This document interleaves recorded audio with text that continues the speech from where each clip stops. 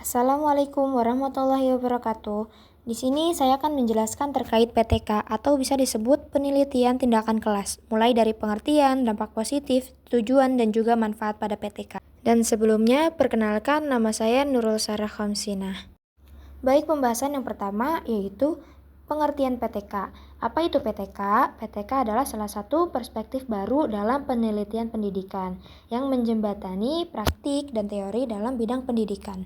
Berbeda dengan penelitian lain yang menghasilkan rumusan kesimpulan ilmiah, PTK harus menghasilkan satu strategi inovatif untuk memecahkan masalah yang terjadi di kelas dan meningkatkan motivasi dan kemampuan siswa. Oleh karena itu, sebelum melakukan PTK harus melakukan pra-penelitian untuk mengetahui masalah apa yang terjadi di dalam kelas. Dan yang sering terjadi dalam kefokusan PTK, yang pertama, metode mengajar yang kurang bervariasi sehingga tidak menyediakan gaya belajar siswa atau bisa disebut student learning style. Yang kedua, penggunaan media pembelajaran belum mampu memotivasi siswa. 3. Atmosfer kelas kurang mendukung aktivitas pembelajaran sehingga mempengaruhi daya konsentrasi siswa. Dan yang keempat, pembelajaran masih bersifat teacher center. Ada 4 langkah dalam strategi penelitian tindakan kelas. Yang pertama, perencanaan, yang kedua, pelaksanaan, yang ketiga, observasi, dan yang terakhir, refleksi. Yang pertama, perencanaan. Apa itu perencanaan? Langkah awal dalam melakukan penelitian. Lalu yang kedua, pelaksanaan. Pelaksanaan kegiatan untuk menerapkan rencana tindakan yang sudah dibuat. Yang ketiga, ada observasi, mengamati proses dan hasil pembelajaran yang direncanakan. Yang terakhir ada refleksi, yaitu mengkaji pelaksanaan tindakan. Dan PTK di sini memiliki dampak positif, yaitu yang pertama, peningkatan kemampuan dalam menyelesaikan masalah pendidikan dan masalah pembelajaran yang dihadapi secara nyata. Yang kedua, peningkatan keprofesionalan pendidik. Yang ketiga, penerapan prinsip pembelajaran berbasis penelitian. Dan tujuannya untuk memperbaiki dan meningkatkan mutu praktik pembelajaran guru, memperbaiki dan meningkatkan kinerja pembelajaran guru, mengidentifikasikan dan menemukan solusi permasalahan pembelajaran yang ada di kelas. Terus meningkatkan kompetensi guru dalam memecahkan masalah pembelajaran, mengeksplorasi dan menghasilkan inovasi-inovasi pembelajaran untuk meningkatkan kualitas pembelajaran, memunculkan gagasan, cara, dan strategi baru dalam pembelajaran untuk meningkatkan mutu pembelajaran. Dan yang terakhir, mengeksplorasi pembelajaran yang berwawasan atau berbasis penelitian agar pembelajaran selalu berlandasan pada realitas empiris di kelas dan bukan asumsi.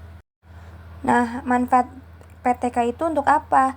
Yang pertama, menghasilkan laporan PTK sebagai bahan acuan guru untuk meningkatkan mutu pembelajaran dan bahan publikasi ilmiah serta kajian dalam forum ilmiah. Dan yang kedua, menumbuhkan budaya meneliti dan menulis artikel ilmiah di kalangan guru. Yang ketiga, mewujudkan kerjasama, kolaborasi, dan sinergi antar guru untuk memecahkan masalah pembelajaran sesuai tuntutan dan konteks lokasi, sekolah, dan kelas. Yang kelima, memupuk dan meningkatkan keterlibatan siswa dalam mengikuti pembelajaran di kelas. Yang keenam, meningkatkan hasil belajarnya. Dan yang terakhir, mendorong terwujudnya proses pembelajaran yang menarik, menantang, menyenangkan, dan melibatkan siswa karena strategi, model, metode, atau media pembelajaran yang dipilih sesuai dengan kebutuhan dan karakteristik siswa. Lalu ada bidang garapan. Apa itu bidang garapan? Suatu kerangka kerja yang dijadikan fokus penelitian guru untuk memperbaiki praktik pengajarannya. Misalnya dalam penelitian tindakan kelas adalah seperti metode mengajar, strategi mengajar, model pembelajaran, penggunaan media pembelajaran, atmosfer belajar yang kondusif, penggunaan materi pembelajaran, dan penggunaan kurikulum yang disesuaikan dengan karakteristik siswa. Lalu kesimpulannya adalah penelitian tindakan kelas adalah pendekatan strategis dalam pendidikan yang bertujuan untuk meningkatkan mutu pembelajaran yang melalui siklus perencanaan, pelaksanaan, observasi, refleksi, dan revisi.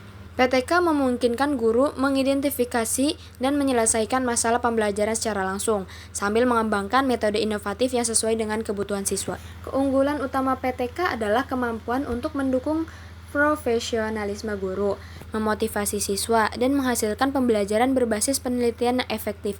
Namun, keberhasilannya memerlukan dukungan lingkungan kerja yang terbuka dan kolaboratif. Meskipun hasilnya tidak bisa digeneralisasi, PTK sangat relevan untuk perbaikan pembelajaran di kelas tertentu secara berkelanjutan. Mungkin itu saja penjelasan terkait PTK. Kurang lebihnya mohon maaf. Terima kasih.